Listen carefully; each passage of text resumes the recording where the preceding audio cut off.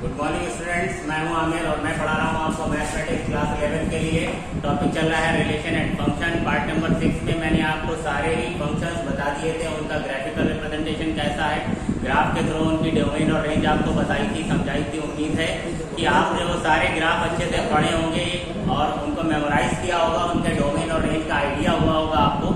तो वो सारी चीज़ें देखिए बहुत ही इंपॉर्टेंट है। आगे जैसे जैसे आप आगे बढ़ेंगे आपको पता चलेगा कि उनका यूज जो है वो कितना है। अब फिलहाल मैं आज जो है वो नेक्स्ट एक्सरसाइज शुरू कर रहा हूँ। एक्सरसाइज है 2.3 और इसका जो फर्स्ट क्वेश्चन है 2.3 का जो फर्स्ट क्वेश्चन है उसमें हमको 3 पार्ट दिए हैं। ये है part number 1, part number 2 and part number 3, तीनों ही मैंने लिख दिए हैं। इसमें ये हमको तीनों क्या दिए हुए हैं, रिलेशन दिए हुए हैं। और इस क्वेश्चन में हमसे कहा गया है कि which of the following relation is a function if it is a function then determine its domain and range. आपको बताना है कि जो रिलेशन दिए हुए हैं इनमें से कौन सा रिलेशन जो है वो फंक्शन है, और अगर फंक्शन है तो फिर आपको उसका डोमेन और रेंज भी बताना है। तो भाई फंक्शन चेक करने के लिए आपको क्या पता होना चाहिए, उसकी डेफिनेशन पता होनी चाहिए। मैंने इससे पिछले लेक्चर में ही बताया था कि फंक्शन क्या होता है। फंक्शन में अगर किस रिलेशन को फंक्शन कहते हैं, अगर कोई रिलेशन आर जो है वो ए टू बी डिफाइन किया जा रहा है, अगर कोई रिलेशन है आर जो कि सेट ए से सेट बी में डिफाइन किया जा रहा है, तो अगर मुझे सेट ए के हर एक एलिमेंट की एक यूनिक इमेज मिलती है तो हम कहेंगे कि ये रिलेशन फंक्शन है, अदरवाइज ये जस्ट एक रिलेशन है। तो ये जो हमें पहला यहाँ पर रिलेशन दिया हुआ है इसकी तरह हम मैपिंग यहाँ पर बना लेते हैं। हमें इसमें क्या कहा गया है कि कोई ये दो सेट होंगे, सपोज मान लेते हैं इधर वाला सेट ए है और ये सेट बी है। तो ये जो रिलेशन दिया गया है इसमें कहा जा रहा है कि 2 की इमेज जो है वो क्या है 1 है। सपोज यहाँ पर 2 है और इसकी इमेज जो है वो क्या है 1, 2 की इमेज 1 है। उसके बाद कह रहे हैं कि 5 जो है 5 की इमेज जो है वो भी क्या है 1 है। उसके बाद 8 है, 8 की इमेज भी क्या है 1 है। इसके बाद 11, 14 और 17, 11, 14 और 17 इनकी इमेज भी 1 है। 11 की भी 1 है, 14 की भी 1 है और 17 की भी इमेज जो है वो 1 है। तो इस तरह से ये मैपिंग है और आपको बताना है कि क्या ये रिलेशन एक फंक्शन है। तो अगर मैं फंक्शन की डेफिनेशन की बात करूं तो फंक्शन किसी भी ऐसे रिलेशन को हम फंक्शन कह सकते हैं जिसमें सेट ए जो होता है उसके हर एक एलिमेंट की इमेज हमको मिल रही हो, हर एक एलिमेंट की एक यूनिक इमेज मिल रही हो। तो अगर मैं सेट ए को देखूं तो सबसे पहले आप इसमें क्या चेक करेंगे कि क्या सेट ए के हर एक एलिमेंट की इमेज मिल रही है। तो हम कहेंगे यस, यहाँ पर 2, 5, 8, 11, 14 और 17 देखिए सभी की इमेज है और सबकी इमेज क्या है 1 है। अब दूसरी जो इसमें लाइन है वो ये है कि उसके हर एक एलिमेंट की इमेज जो होनी चाहिए वो कैसी होनी चाहिए, यूनिक होनी चाहिए, यानी कि सिर्फ और सिर्फ एक इमेज होनी चाहिए। तो बताइए भाई 2 की कितनी इमेज है, तो आप कहोगे सिर्फ एक इमेज है एंड दैट इज 1। 3, 5 की कितनी है, उसकी सिर्फ और सिर्फ एक इमेज है एंड दैट इज 1। 8 की सिर्फ एक इमेज है, 11 की भी सिर्फ एक इमेज है, 14 की भी और 17 की। इसका मतलब yes it is a function. तो हम पहले वाले रिलेशन में क्या कहेंगे, yes it is a function. तो भाई ये तो क्लियर हो गया कि ये फंक्शन है। अब अगर फंक्शन है तो कहना है गिव रीजन, तो क्या रीजन है कि ये फंक्शन है, तो आप यहाँ पर इसकी पूरी डेफिनेशन लिख दीजिए। Since every element of set A या since every element of its domain has a unique image therefore it is a function. फिर से सुन लीजिए क्या लिखेंगे, रीजन में क्या लिखेंगे, since every element of its domain has a unique image therefore this relation is a function. ये इसका रीजन हो गया। बाद में कह रहे हैं कि अगर ये फंक्शन है तो इसका डोमेन और रेंज भी बताइए। तो भाई डोमेन क्या होता है, मैंने बताया फंक्शन के केस में इस पूरे सेट को हम क्या कहते हैं, डोमेन कहते हैं। तो इसका जो डोमेन है, डोमेन को कैसे लिखते हैं, डी फॉर डोमेन और सफिक्स में मैंने एफ बनाया है। एफ रिप्रेजेंट करता है फंक्शन को, यानी कि इस फंक्शन का डोमेन। तो domain of this function, domain मतलब ए के सारे एलिमेंट, क्योंकि ये फंक्शन है। अगर ये रिलेशन होता तो फिर ए के हम उन एलिमेंट्स को सिर्फ लेते जिनकी कोई इमेज मिल रही हो डोमेन।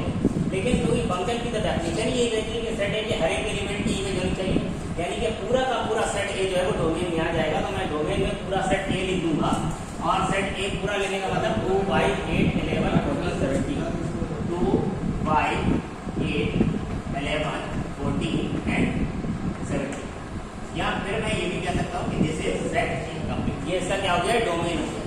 और अगर मैं बात करूँ इसकी रेंज की, तो रेंज को हम आर से लिखते हैं, सफिक्स में लगा देते हैं एफ, यानी कि रेंज ऑफ दिस फंक्शन है। अब रेंज में हम सिर्फ उन एलिमेंट्स को लेते हैं सेट बी के जिनकी कोई फ्री इमेज मिले। तो यहाँ पर सिर्फ एक ही एलिमेंट मुझे दिखाई दे रहा है, दैट इज 1। इसका मतलब इसकी रेंज में जो है वो सिर्फ 1 आएगा।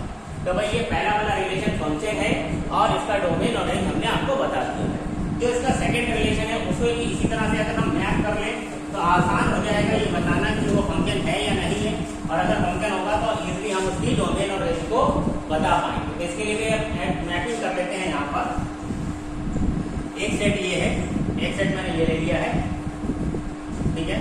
सबसे पहले कह रहे हैं कि 2 की इमेज क्या है 1 है, यहाँ पर 2 है और इसकी इमेज क्या है 1, 2 की इमेज क्या होगी 1। इसके बाद कह रहे हैं 4 की इमेज जो है वो 2 है, तो यहाँ पर 4 ले लिया और इसकी इमेज क्या है 2 है। इसके बाद कह रहे हैं 6 की इमेज 3 है, 6 की इमेज क्या है 3 है। फिर 8 की इमेज 4 है, 8 की इमेज 4 है। 10 की इमेज 5 है, 10 की इमेज 5 है। उसके बाद 12 की इमेज 7 है, 12 की इमेज 7 है, बहुत छोटा हो गया ये, 12 की इमेज 7 है। और उसके बाद 12 की इमेज 6 है, 12 की इमेज 6 है और 14 की इमेज जो है वो 7, ठीक है। तो अगर मैं देखूं सपोज ये वाला सेट क्या है A है और ये वाला सेट क्या है B है, तो अभी तो मेरे लिए ये रिलेशन है, हमें चेक करना है कि क्या ये रिलेशन एक फंक्शन है। तो भाई क्या सेट A के हर एक एलिमेंट की इमेज मिल रही है, तो यस 2 4 6 8 10 12 एंड 14, देखिए हर एक एलिमेंट की कोई ना कोई इमेज मिल रही है। क्या हर एक एलिमेंट की यूनिक इमेज मिल रही है, मतलब कि हर एक एलिमेंट की सिर्फ और सिर्फ एक इमेज है, तो यस 2 की सिर्फ एक इमेज है, 4 की भी एक ही है, 6 की भी एक ही है, 8 की 10 की 12 की 14 की, सभी की सिर्फ और सिर्फ एक ही इमेज है। यानी हम कह सकते हैं कि इस रिलेशन में जो सेट A है इसके हर एक एलिमेंट की एक यूनिक इमेज मिल रही है, मींस ये एक फंक्शन है। तो हम लिख देंगे yes it is a function. और फिर से इसका रीजन आप क्या देंगे, since its domain A, since every element of its domain A has a unique image in B, so it is a function. ये आप इसके रीजन में लिख देंगे। अब क्योंकि ये फंक्शन है तो हमें क्या बताना है, इसका डोमेन बताना है और इसकी रेंज बतानी है। तो डोमेन किसे कहते हैं, कंप्लीट सेट A को डोमेन कह देते हैं फंक्शन के केस में। तो यहाँ पर हम पूरा सेट A लिख देंगे, यानी कि 2 4 6 8 10 12, 2 4 6 8 10 12 एंड 14, ये कंप्लीट सेट जो है वो क्या हो जाएगा, इसका डोमेन हो जाएगा। और रेंज की अगर बात करें तो रेंज में हम कौन से एलिमेंट लेते हैं, सेट B के हम उन एलिमेंट्स को लेते हैं जिनकी कोई ना कोई फ्री इमेज मिल रही है। तो देखिए 1 की फ्री इमेज है, 2 की है, 3 की है, 4 की है, 5 की है, 6 की है, 7 की है। तो ये सारे के सारे एलिमेंट हम क्या आ जाएगा, रेंज में 1 2 3 4 5 6 7। या डायरेक्ट हम इस फंक्शन को देख करके भी हम बता सकते हैं। जब हमने आपको रिलेशन पढ़ाया था तो हमने बताया था कि जो ऑर्डर्ड पेयर होते हैं उसमें जो फर्स्ट एलिमेंट होता है वो किसको डिनोट करता है, वो डोमेन को बताता है। और जो सेकंड एलिमेंट होता है ऑर्डर्ड पेयर के जो सेकंड एलिमेंट्स हैं वो किसको बताते हैं, रेंज को बताते हैं। तो मैपिंग किए बगैर भी हम डायरेक्ट भी यहाँ से डोमेन और रेंज बता सकते हैं। मैपिंग करने से थोड़ा सा आसानी हो जाती है, डेफिनेशन या फंक्शन को उसको अप्लाई करने में हम थोड़ी सी आसानी रहती है, देख लेते हैं इजीली कि भाई किस क्या हर एक एलिमेंट की इमेज मिल रही है और हर एक एलिमेंट की फ्री इमेज मिल रही है, तो क्या वो यूनिक है, इसको देखना थोड़ा सा आसान हो जाता है। जो थर्ड वाला एग्जांपल है उसकी भी अगर आप मैपिंग बनाएंगे तो बहुत आसानी से पता चल जाएगा कि क्या ये रिलेशन एक फंक्शन है या नहीं। तो देखिए सेट जो थर्ड एग्जांपल है उसमें हमने ये कह रहे हैं कि 1 की इमेज क्या है 3 है। तो सपोज एक ये सेट है और एक ये सेट है, ये वाला सेट जो है इसको हम A कहते हैं, इस वाले सेट को हम B बोलते हैं। तो यहाँ पर कह रहे हैं कि 1 की इमेज 3 है, यहाँ पर कोई एलिमेंट 1 है, इसकी इमेज क्या है 3 है। उसके बाद फिर से कह रहे हैं कि 1 की इमेज जो है वो 5 है। अब कह रहे हैं कि 1 की इमेज जो है 5 है। फिर थर्ड वाले में कह रहे हैं कि 2 की इमेज जो है वो 5 है, 2 की इमेज क्या है 5 है। तो अब ये हमारे पास मैपिंग तो बन गई, 1 की इमेज 3 हो गई, फिर 1 की इमेज 5 हो गई, फिर 2 की इमेज 5 हो गई, ठीक है। अब हम ये पूछ रहे हैं कि क्या ये रिलेशन फंक्शन है। तो सबसे पहला क्वेश्चन कि क्या A के हर एक एलिमेंट की इमेज मिल रही है, तो आप कहिए यस, A में 2 ही एलिमेंट है और दोनों की इमेज है, 1 की इमेज 3 और 5 है और 2 की 5 है, ठीक है। लेकिन अब दूसरा क्वेश्चन कि क्या A के हर एक एलिमेंट की इमेज जो है वो यूनिक है, तो आप कहेंगे नहीं भाई ये जो 1 है इसकी इमेज यूनिक नहीं है, इसकी तो 2 इमेजेस आती है, 3 और एक 5। तो 1 की इमेज क्योंकि यूनिक नहीं है इसका मतलब ये रिलेशन फंक्शन नहीं है, तो कुछ हमें करना नहीं है। No, it is not a function, it is not a function. और अगर आपको इसका रीजन देना पड़े कि भाई ये रिलेशन जो है वो फंक्शन क्यों नहीं है, तो आप क्या लिखेंगे, since 1 has 2 images 3 and 5 means 1 has not a unique image, therefore this relation is not a function। आइए देखते हैं आप next question number 2।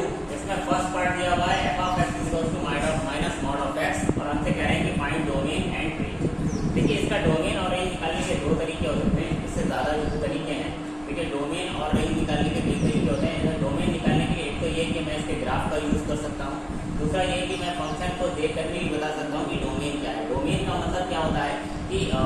Set of all possible value of X which can be use in this function या which can be put in this function, यानी X की वो सारी value जो आप इसमें रख सकते हैं जो इसमें अलाउड है वो क्या है, उनका जो सेट होता है उसको हम क्या कहते हैं, डोमेन कहते हैं। यानी एक्स की कौन कौन सी वैल्यू जो है वो हम यहाँ पर यूज कर सकते हैं।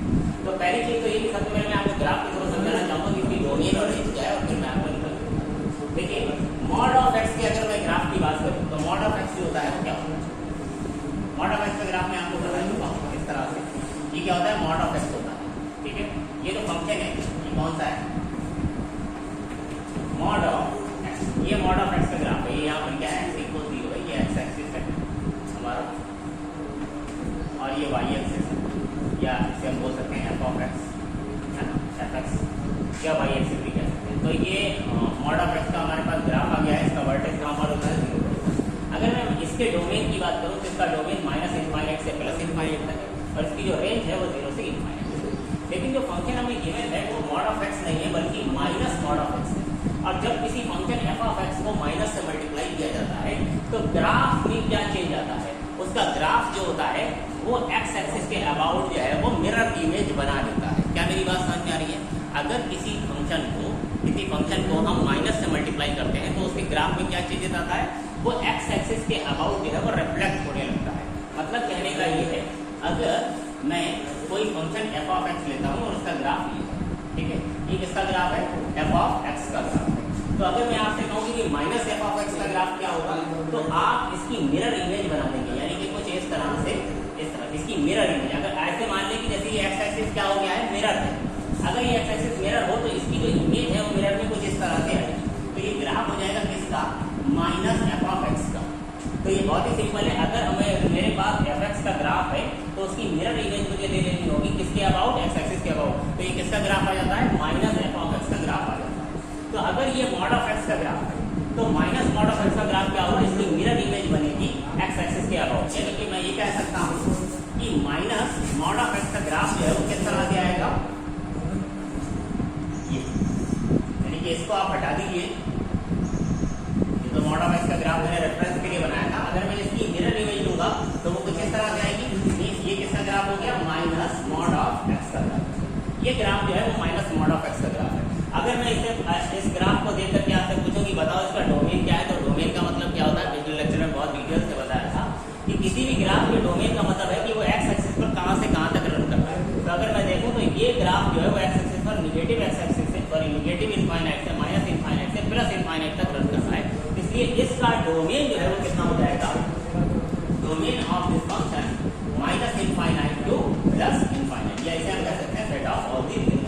और अगर मैं इसकी रेंज की बात करूं तो रेंज का मतलब क्या होता है कि ग्राफ जो है वो वाई एक्सिस पर कितना रन कर रहा है, कहां से कहां तक रन कर रहा है। तो आप देखेंगे वाई एक्सिस पर ये वाई इक्वल टू 0 से लेकर के कहां तक जा रहा है, नीचे कहां तक जा रहा है, माइनस इनफाइनाइट तक। इसलिए इसकी जो रेंज हो जाएगी, रेंज जो हो जाएगी वो क्या हो जाएगी, 0 से माइनस इनफाइनाइट से लेकर 0 तक। मैं ये कहूँ कि माइनस इनफाइनाइट से लेकर कहां तक आई है, 0 तक। नीचे से स्टार्ट करेंगे, हम कम से ज्यादा की तरफ आते हैं, इंक्रीज करते हैं धीरे धीरे। तो हम ये कहेंगे माइनस इनफाइनाइट से कहां तक आई है, इसकी रेंज 0 तक।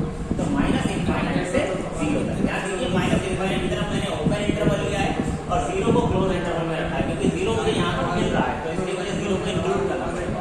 और इनफाइनाइट ऑलवेज जो है वो इनफाइनाइट ऑलवेज हमेशा कैसा रखा जाता है, हमेशा ओपन इंटरवल में लिया जाता है। चाहे आप प्लस इनफाइनाइट ले रहे हो चाहे माइनस इनफाइनाइट। इट मींस इसका डोमेन जो है वो set of all the real numbers है और रेंज जो है वो माइनस इनफाइनाइट टू 0। ठीक, ये तो इसका ग्राफिकल मेथड हो गया। अब मैं डायरेक्ट निकालना चाहूँ,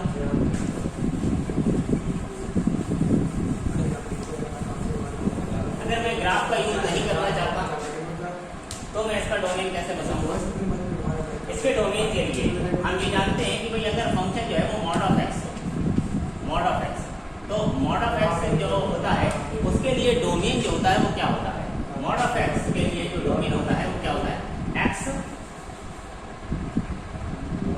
if function F of x. तो मॉड ऑफ एक्स के लिए एक्स जो होता है वो कहां से कहां तक होता है।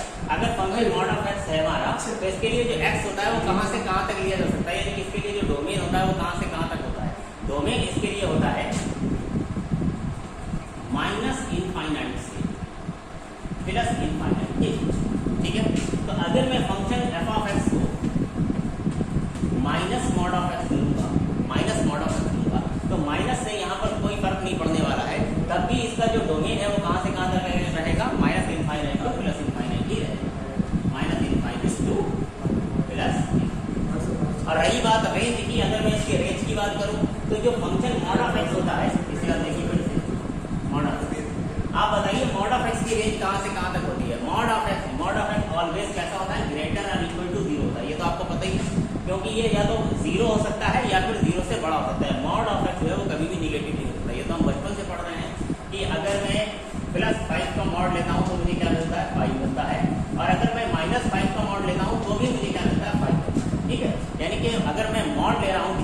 क्वांटिटी का तो वो ऑलवेज पॉजिटिव होगा या फिर जीरो होगा, या हम ये कह सकते हैं कि मॉड ऑलवेज कैसा होता है, नॉन निगेटिव होता है।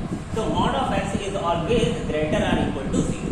अगर मैं इसे माइनस से मल्टीप्लाई करूँ, माइनस मॉड ऑफ एक्स, तो आप ये जब देखिए किसी भी इनइक्वालिटी को माइनस से मल्टीप्लाई करते हैं तो उसका साइन चेंज होता है। क्यों? इसको भी यहाँ पर मैं समझ सकता हूँ। देखिए अगर मैं यहाँ पर लिखूँ 3 और यहाँ पर लिखूँ 2, तो आप क्या कहेंगे, 3 इज ग्रेटर देन 2 या 3 इज लेसर देन 2, तो आप कहेंगे 3 इज ग्रेटर देन 2। लेकिन अगर मैं इसी इनइक्वालिटी में माइनस से मल्टीप्लाई करूँ तो इधर हो जाएगा -3 और इधर हो जाएगा -2, तो अब आप क्या कहेंगे, -3 इज लेसर देन -2 या -3 इज ग्रेटर देन -2। तो ऑब्वियस है कि -3 इज लेसर देन -2। देयरफॉर हम ये कह सकते हैं कि अगर किसी इनइक्वालिटी में माइनस से हम मल्टीप्लाई करते हैं तो उसका साइन जो होता है वो क्या हो जाता है, चेंज हो जाता है। सिमिलरली अगर मैं मॉड जानता हूँ कि मॉड ऑफ एक्स जो है वो ग्रेटर आर इक्वल टू 0 है ऑलवेज, तो जब मैं इसमें माइनस से मल्टीप्लाई करूंगा तो ये क्या होगा, माइनस मॉड ऑफ एक्स क्या हो जाएगा, लेसर आर इक्वल टू 0 हो जाएगा। अब ध्यान दीजिए ये माइनस मॉड ऑफ एक्स क्या है, यही तो आपका फंक्शन है ना, फंक्शन तो आपका यही है माइनस मॉड ऑफ एक्स। तो इस माइनस मॉड ऑफ एक्स को मैं क्या बोल सकता हूँ, f of x, and f of x is always lesser or equal to 0। तो ये फंक्शन जो मेरा एफ ऑफ एक्स है वो क्या होना चाहिए, या तो 0 के इक्वल होना चाहिए या फिर उससे कम होना चाहिए। It mean F of x कहाँ से कहाँ तक जाएगा भाई, अगर एक फंक्शन है, ये फंक्शन है हमारा एफ ऑफ एक्स, तो मैं ये कह रहा हूँ कि इसकी वैल्यू जो है वो या तो 0 रहेगी और या फिर 0 से कम रहेगी। तो फिर इसका मतलब 0 से कम रहेगी तो 0 से कम वो कहाँ तक जा सकती है, कहीं तक कि मैंने कहा कि या तो इससे 0 होना चाहिए या 0 से कम होना चाहिए। इट मीन मैं ये कह सकता हूँ कि एफ ऑफ एक्स कहाँ से कहाँ तक बिलोंग करेगा, एफ ऑफ एक्स बिलोंग करेगा -∞ से 0। ठीक है, अब 0 मैंने यहाँ पे देखिए इंक्लूड किया हुआ है, 0 हो सकता है, फंक्शन एफ ऑफ एक्स जो है वो 0 हो सकता है या 0 से छोटा। तो इसका मतलब ये जो फंक्शन है मेरा कहाँ से कहाँ तक रन कर रहा है, -∞ से लेकर 0 तक। इट मीन्स इसकी जो रेंज हो गई वो क्या हो गई, -∞ टू 0। उम्मीद है कि इसका डोमेन और रेंज आपको दोनों मेथड से समझ में आया होगा। आइए देखते हैं इसका नेक्स्ट पार्ट। तो जो इसका सेकेंड पार्ट है काफी अच्छा क्वेश्चन है, इम्पोर्टेंट क्वेश्चन है ये। हमें इसका भी क्या करना है, डोमेन और रेंज बताना है। देखिए डोमेन निकालने के लिए आपको दो बातों का ध्यान रखना होता है। ऑलवेज डोमेन निकालने के लिए आपको दो बातों का ध्यान रखना होता है। कभी भी अगर कोई फंक्शन एफ ऑफ एक्स इस तरह से दिया हो, G of X divide by H of x, अगर ऐसा दिया हो तो डोमेन निकालते वक्त आप इस बात का ध्यान रखें कि denominator is not equal to, आप इसमें लिख लेंगे कि h x is not equal to, क्योंकि अगर ये 0 हो जाएगा तो फंक्शन मेरा क्या हो जाएगा, नॉट डिफाइन हो जाएगा, है ना। एच एक्स जब भी 0 होगा तो एफ एक्स जो है वो क्या हो जाएगा, नॉट डिफाइन हो जाएगा। ठीक, तो एक बात तो आपको ये ध्यान रखनी है कि डिनोमिनेटर जो है, ये पहला पॉइंट, डिनोमिनेटर जो है वो ऑलवेज कैसा होना चाहिए, is not equal to 0, non 0 होना चाहिए।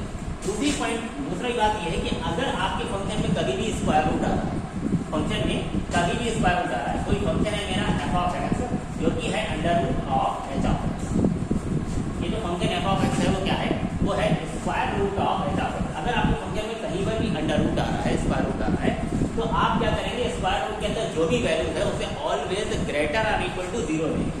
तो यहाँ पर आप क्या लेंगे, एच एक्स जो है जो कि स्क्वायर रूट के अंदर है, स्क्वायर रूट के अंदर कुछ भी हो सकता है, उसको आप ऑलवेज क्या लेंगे, ग्रेटर आर इक्वल टू 0 लेंगे। वजह क्या है, अगर एच एक्स यहाँ पर 0 से छोटा होता है, यानी कि क्या हो जाता है, 0 से छोटा होने का मतलब क्या है कि वो निगेटिव हो जाता है। तो अगर एच एक्स जो है वो निगेटिव हो जाएगा तो स्क्वायर रूट के अंदर जब भी कोई निगेटिव क्वांटिटी आती है तो वो क्या हो जाती है, इमेजिनरी हो जाती है, यानी कि फंक्शन हमारा क्या हो जाएगा, इमेजिनरी हो जाएगा। ये बात हम आपको 9 से 10 से बता रहे हैं कि स्क्वायर रूट के अंदर जब भी कोई निगेटिव नंबर आता है तो वो क्या हो जाता है, इमेजिनरी हो जाता है।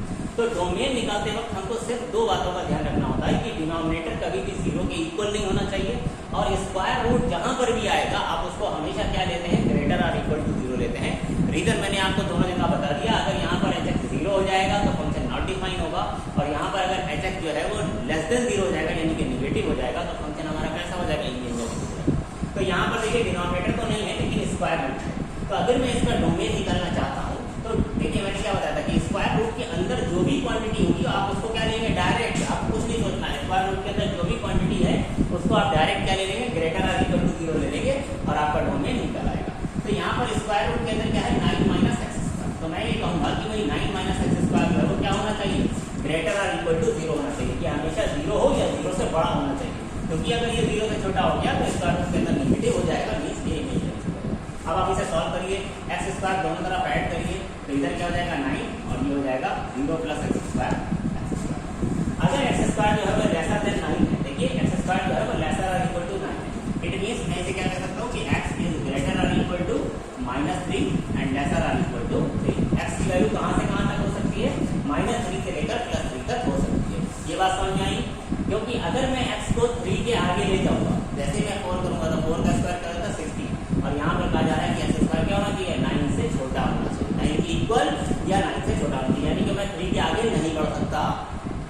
अगर मैं -3 के पीछे जाऊंगा तो -3 के पीछे सपोज मैं 3.1 भी ले लूँ माइनस का, तो जब मैं इसका स्क्वायर करूंगा तो वो 9 से ज़्यादा होगा। मान लीजिए -3 के पीछे मैं और जाऊँ -4 पड़ेगा, तो -4 अगर आपने x लिया, अगर आप x -4 लेते हैं तो -4 का स्क्वायर क्या हो जाएगा 16, और वो 9 से ग्रेटर हो जाएगा, बड़ा हो जाएगा। और यहाँ पर हमको बताया जा रहा है कि x आपको ऐसा लेना है कि उसका स्क्वायर जो होना चाहिए वो 9 के इक्वल या उससे छोटा होना चाहिए। तो जाहिर है कि x की वैल्यू -3 से लेकर +3 तक ही हो सकती है। अच्छा, x की वैल्यू 3 में ले सकता हूँ, बिल्कुल ले सकता हूँ। अगर मैंने x की वैल्यू 3 ली तो 3 का स्क्वायर हो जाएगा 9, और 9 के इन्होंने कहा है कि x स्क्वायर जो है वो 9 के इक्वल या उससे छोटा होना चाहिए, तो इक्वल हो सकता है। तो x की वैल्यू आप 3 या -3 ले सकते हैं। तो इसका मतलब x कहाँ से कहाँ तक होना चाहिए, -3 से लेकर के +3 तक, यानी कि मैं ये कहूँगा कि इसका जो डोमेन है वो क्या है, -3 से लेकर +3 तक। दोनों तरफ मैंने क्लोज इंटरवल लिया है, एक में -3 और +3 दोनों को इंक्लूड कर, ये है इसका डोमेन। अब इसकी जो रेंज है, रेंज निकालने का क्या तरीका होता है, रेंज निकालने का तरीका थोड़ा सा डिफरेंट होता है। एक तो ये है कि आप ग्राफ से थ्रू भी कर सकते हैं, लेकिन इसका ग्राफ बनाना थोड़ा सा मुश्किल है क्योंकि यहाँ पर स्क्वायर रूट है, इसलिए मैं कंस्ट्रक्ट दी फंक्शन के थ्रू जो है, मतलब एक मेथड होता है जिसे हम बोलते हैं कंस्ट्रक्ट दी फंक्शन, यानी फंक्शन अपना बना दीजिए, उस मेथड के थ्रू हम आपको इसकी रेंज निकालना बताएंगे। और ये बहुत ही आसान है। देखिए, जो फंक्शन आपको गिवन है उसमें आप जिसके बारे में जानते हैं उसके बारे में लिखिए। इस फंक्शन को मैं अगर देखूँ तो मैं एक्स स्क्वायर के बारे में जानता हूँ। आप खुद बताइए कि अगर मैं एक्स स्क्वायर लेता हूँ तो एक्स स्क्वायर हमेशा कैसा होगा, 0 के इक्वल या उससे बड़ा होगा कि नहीं होगा। एक्स की वैल्यू आप कुछ भी ले लीजिए, हालांकि आप एक्स अब कहाँ से कहाँ तक ले सकते हैं, -3 से +3 तक ले सकते हैं, क्योंकि आप डोमेन उतार चुके हैं। तो आपकी एक्स की जो वैल्यू है वो -3 से +3 तक जाएगी। लेकिन अगर मैं एक्स कुछ भी लूँगा, जब मैं उसका स्क्वायर करूँगा तो स्क्वायर तो ऑलवेज एक नॉन निगेटिव नंबर होता है। एक्स स्क्वायर जो होगा वो हमेशा या तो 0 होगा या 0 से बड़ा होगा। तो मैंने लिख दिया है कि x square is always greater और इक्वल टू 0, एक्स चाहे कुछ नहीं हो। अब देखिए, जो फंक्शन है उसमें एक्स स्क्वायर नहीं है बल्कि -x स्क्वायर है। तो अगर मैं यहाँ इस इनइक्वालिटी में माइनस से मल्टीप्लाई करूँ तो -x स्क्वायर जो है वो क्या हो जाएगा, लेसर आर इक्वल टू 0 हो जाएगा। अभी मैंने बताया कि माइनस से मल्टीप्लाई करने पर क्या होता है, इनइक्वालिटी चेंज होती है। तो जब मैंने -x स्क्वायर इसको किया, यानी माइनस से दोनों तरफ मल्टीप्लाई किया, तो -x square is lesser or equal to 0 हो गया। आप फिर से फंक्शन को देखिए, फंक्शन में क्या है, 9 - x स्क्वायर है। तो अगर मैं 9 दोनों तरफ ऐड कर दूं, इधर भी 9 ऐड कर दूं तो ये हो जाएगा 9 - x स्क्वायर, और इधर भी 9 ऐड करूं तो 0 + 9 क्या हो जाएगा, 9। ठीक है। इसके बाद अब मैं क्या करूंगा, अगर मैं स्क्वायर रूट लेता हूं, अगर मैं स्क्वायर रूट लेता हूं तो इधर स्क्वायर रूट कितना आ जाएगा, square root of 9 - x square, और इधर मैं स्क्वायर रूट लूंगा तो वो क्या आएगा, 3। 9 का स्क्वायर रूट क्या आ जाएगा, 3 आ जाएगा। ठीक है। अब इसको मैं क्या बोलता हूँ, फंक्शन बोलता हूँ, यही तो मेरा फंक्शन है। आप एक बात और ध्यान दीजिए, आपने किसी इक्वेशन को सॉल्व करते वक्त, आपने किसी इक्वेशन को सॉल्व, जैसे x स्क्वायर इक्वल टू 4 होता है, बहुत ध्यान से समझिएगा। जब x स्क्वायर इक्वल टू 4 को हम सॉल्व करते हैं तो हम लिखते हैं x इज इक्वल टू +-, ठीक है ना, x इज इक्वल टू +-2 लिख देते हैं। प्लस और -2 इसलिए क्योंकि यहाँ पर x का सोल्यूशन है, प्लस और माइनस। देखिए, अगर x के प्लेस में मैंने +2 लिया तो +2 का स्क्वायर भी 4 आएगा, और अगर x के प्लेस में मैंने -2 लिया तो -2 का स्क्वायर भी क्या आएगा, 4 आएगा। लेकिन जब हम यहाँ पर मैं किसी इक्वेशन को सॉल्व नहीं कर रहा हूँ, मैंने स्क्वायर रूट लिया है, तो 9 का स्क्वायर रूट सिर्फ 3 आएगा, +-3 नहीं आएगा।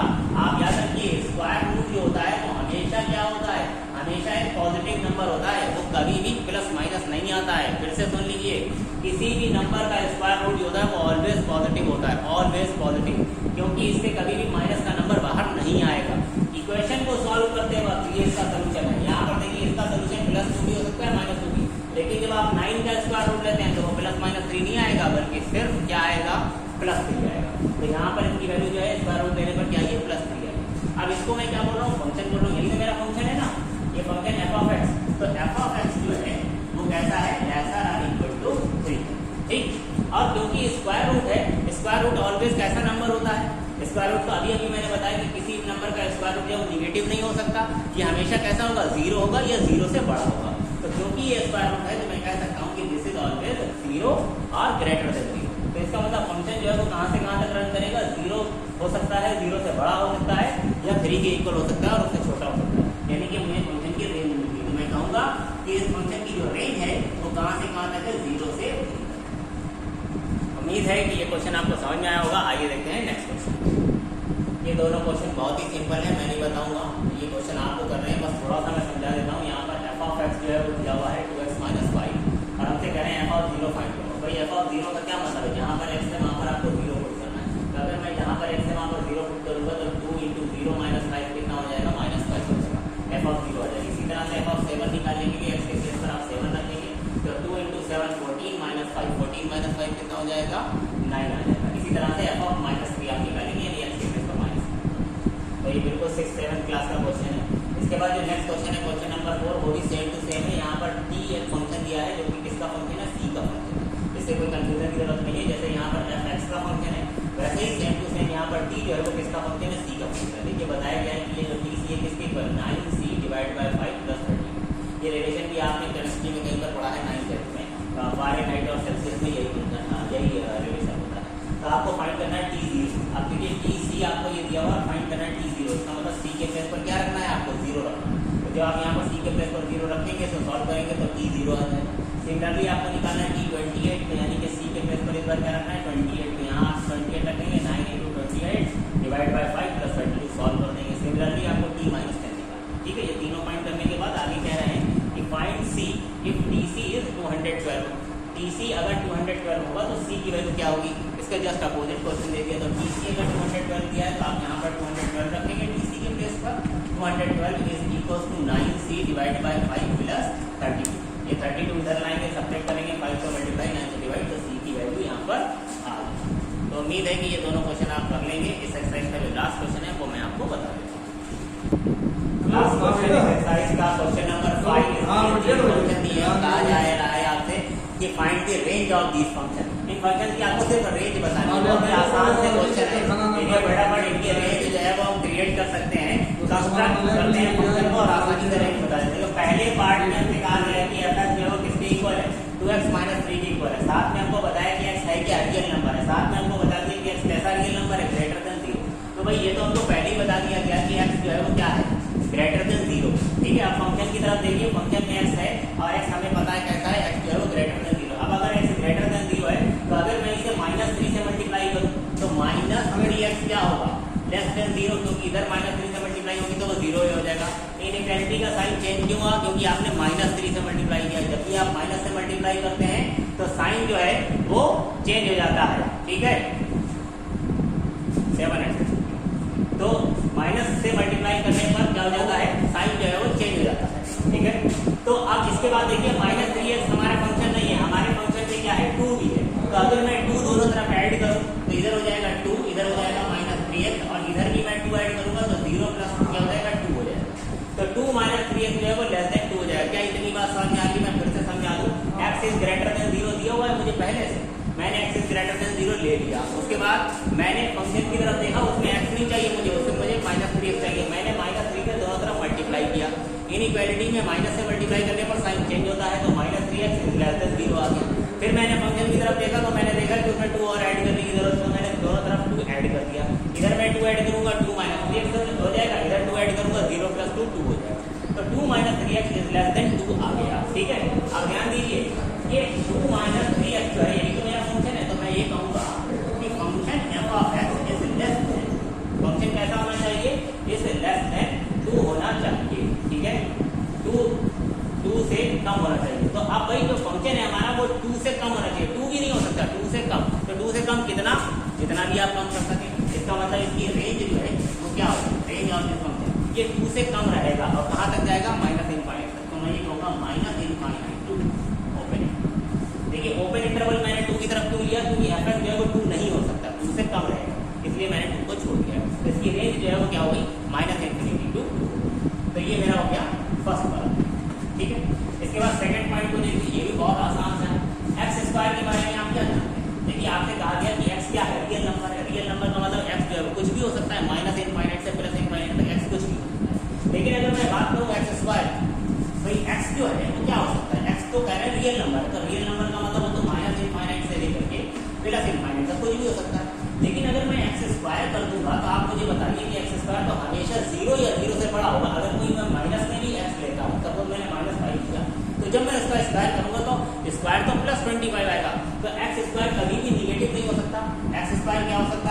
या तो 0 होगा या तो 0 से बड़ा होगा, हमेशा वो ग्रेटर आर इक्वल टू 0 होगा। ठीक है, अब देखिए यहाँ पर फंक्शन में एक्स स्क्वायर नहीं है बल्कि उसमें +2 हो रहा है, तो मैं क्या करूंगा, दोनों तरफ 2 ऐड कर दूंगा। तो x square plus 2 is greater or equal to 0 plus 2 क्या हो जाएगा, 2 हो जाएगा। तो एक्स स्क्वायर प्लस 2 क्या हो गया, ग्रेटर आर इक्वल टू 2 हो गया। अब एक्स स्क्वायर प्लस 2 को ही तो फंक्शन कहा जा रहा है, तो आप ये कहेंगे कि जो आपका फंक्शन है वो कैसा होना चाहिए, ग्रेटर आर इक्वल टू 2 होना चाहिए। क्या कह रहा है ये लाइन, क्या कह रही है आपसे कि जो फंक्शन है वो या तो 2 हो सकता है या 2 से बड़ा। तो इसका मतलब फंक्शन हमारा 2 से लेकर के कहाँ तक जाएगा, इनफाइनाइट। ठीक है, तो इसकी जो रेंज हो गई है, range of this function is 2 to infinite. Infinite always कैसा रहता है, ओपन। 2 की तरफ आप ओपन लेके क्लोज, तो आप देखिए कि क्या फंक्शन आपका 2 हो सकता है। Yes, f(x) is greater or equal to 2, 2 के इक्वल भी हो सकता है, तो 2 को इंक्लूड करना है, तो इस तरफ से हो जाएगा क्लोज। तो ये आ गई है फंक्शन की रेंज। जो इसका लास्ट पार्ट है, थर्ड पार्ट, वो तो उसमें तो कुछ बताने की जरूरत नहीं है, डायरेक्टली आप बता सकते हैं। आइडेंटिटी फंक्शन दिया हुआ है f(x) इक्वल टू x, इसके बारे में आप जानते ही हैं। f(x) क्या है, x दिया हुआ है, ये तो आइडेंटिटी फंक्शन होता है, इसका डोमेन नेम तो आपको वैसे ही पता है। आपसे कह भी दिया है कि x क्या है, रियल नंबर है, x रियल नंबर है, इसका मतलब -इनफाइनाइट से लेकर के +इनफाइनाइट तक। आप बताइए भाई यही x तो आपका फंक्शन है, तो आप कहोगे कि हमारा फंक्शन जो है वो कहाँ से कहाँ तक है, -इनफाइनाइट से +इनफाइनाइट तक। बताइए ये भी कोई क्वेश्चन है क्या? तो फंक्शन जो है f(x) वो -इनफाइनाइट से +इनफाइनाइट तक जाएगा, तो यही तो इसकी रेंज है ना। तो इसकी रेंज जो है वो क्या हो गई, -इनफाइनाइट टू +इनफाइनाइट। अब क्योंकि इनफाइनाइट है तो दोनों तरफ ओपन इंटरवल रहेंगे, क्लोज होने का तो सवाल ही नहीं उठता। तो उम्मीद है कि ये क्वेश्चन आपकी समझ में आए होंगे, डोमेन रेंज समझ में आया होगा। हालांकि मैं एनसीईआरटी से सेटिस्फाई नहीं हूँ, इसमें डोमेन रेंज के बहुत ही कम क्वेश्चन है। तो नेक्स्ट पार्ट में मैं ऐसा करूंगा, कुछ इंपॉर्टेंट क्वेश्चन, कुछ अच्छे क्वेश्चन जिसमें आपसे डोमेन और रेंज निकालने को कहा जाएगा, मैं अपने आप से यहाँ पर करवाऊंगा, ताकि आप ये अच्छे से समझ में आ पाए कि एक्चुअली डोमेन और रेंज का क्या मतलब होता है, इसको हम कैसे कैसे निकाल सकते हैं। कुछ 4, 5, 6 क्वेश्चन जितने भी मैक्सिमम हो सकते हैं। पूरा नेक्स्ट लेक्चर जो है वो पूरा मैं सिर्फ डोमेन रेंज पर बताऊंगा, क्योंकि एनसीईआरटी में कुछ बहुत अच्छे क्वेश्चन नहीं है डोमेन और रेंज से रिलेटेड। तो कुछ क्वेश्चन मैं अपने पास से लेकर आऊंगा और आपको बहुत ही बेहतर तरीके से समझाऊंगा कि फंक्शंस की डोमेन और रेंज कैसे निकाली जाती है। तब तक आप मेरे पिछले वीडियोस को देखते रहिए, और अगर कोई आपको प्रॉब्लम आ रही है तो कमेंट बॉक्स में नीचे लिख सकते हैं, व्हाट्सएप कर सकते हैं, कॉल कर सकते हैं, और हमसे किसी भी तरीके से कम्युनिकेट करके अपनी प्रॉब्लम को पहुंचा सकते हैं। Thank you.